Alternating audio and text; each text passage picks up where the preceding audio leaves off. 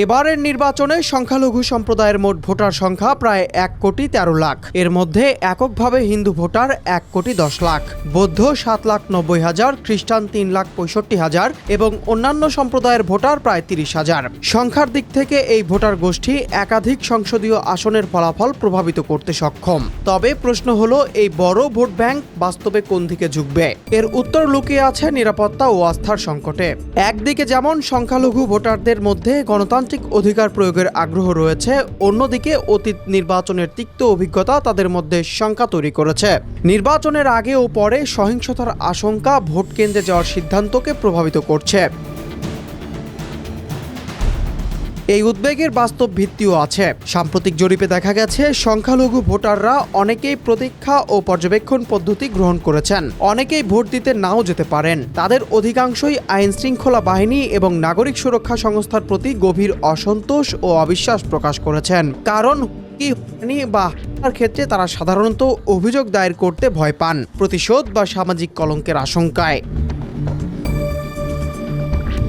গত 29 জানুয়ারি হিন্দু বৌদ্ধ খ্রিস্টান ঐক্য পরিষদের সংবাদ সম্মেলনে জানানো হয়, 2025 সালে সংখ্যালঘু সম্প্রদায়ের ওপর 522টি সহিংসতার ঘটনা ঘটেছে এবং চলতি বছরের শুরুতেই ঘটেছে আরও 42টি ঘটনা।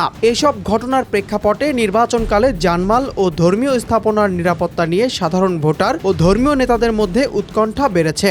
এই পরিস্থিতিতে ঐক্য পরিষদ স্পষ্টভাবে জানিয়েছে, নির্বাচনকালীন সহিংসতা প্রতিরোধে শুধু আইনশৃঙ্খলা রক্ষাকারী বাহিনীর সক্রিয়তা যথেষ্ট নয়। সব রাজনৈতিক দলের পক্ষ থেকে কার্যকর ও দৃশ্যমান উদ্যোগ প্রয়োজন। যে প্রার্থী বা যে দল সংখ্যালঘু সম্প্রদায়ের মর্যাদা ও নিরাপত্তা নিশ্চিত করার প্রতিশ্রুতি দেবে, তাদের সমর্থন দেওয়ার কথাও জানিয়েছে সংগঠনটি।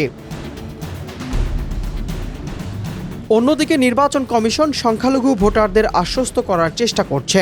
নির্বাচন কমিশনার আব্দুর রহমান মাসুদ সংখ্যালঘু ভোটারদের নির্ভয়ে ভোট কেন্দ্রে আসার আহ্বান জানিয়েছেন। তিনি বলেন, নির্বাচন কমিশন একটি অবাধ ও সুষ্ঠু পরিবেশ নিশ্চিতে কাজ করছে। প্রতিটি নাগরিক যেন তার ভোটাধিকার প্রয়োগ করতে পারে, সেজন্য বিশেষ নিরাপত্তা ব্যবস্থা গ্রহণ করা হবে।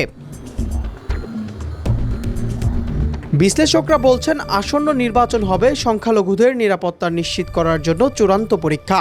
ভোটের আগে ও পরে নিরাপত্তা নিশ্চিত করতে বিশেষ ব্যবস্থা, যেমন হটস্পট এলাকায় নিরাপত্তা বাহিনী মোতায়েন, অপরাধীদের দ্রুত বিচারের ব্যবস্থা, গোপন অভিযোগ প্রক্রিয়া এবং সম্প্রদায় ভিত্তিক নজরদারি জরুরি।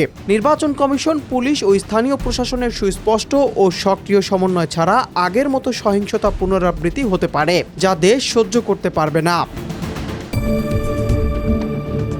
সব মিলিয়ে 1,13,00,000 সংখ্যালঘু ভোটারদের ঝোঁক নির্ধারিত হচ্ছে দলীয় আদর্শে নয়, বরং নির্ভর করছে একটি মৌলিক প্রশ্নের উপর: কে পারবে বাস্তবে নিরাপত্তা নিশ্চিত করতে?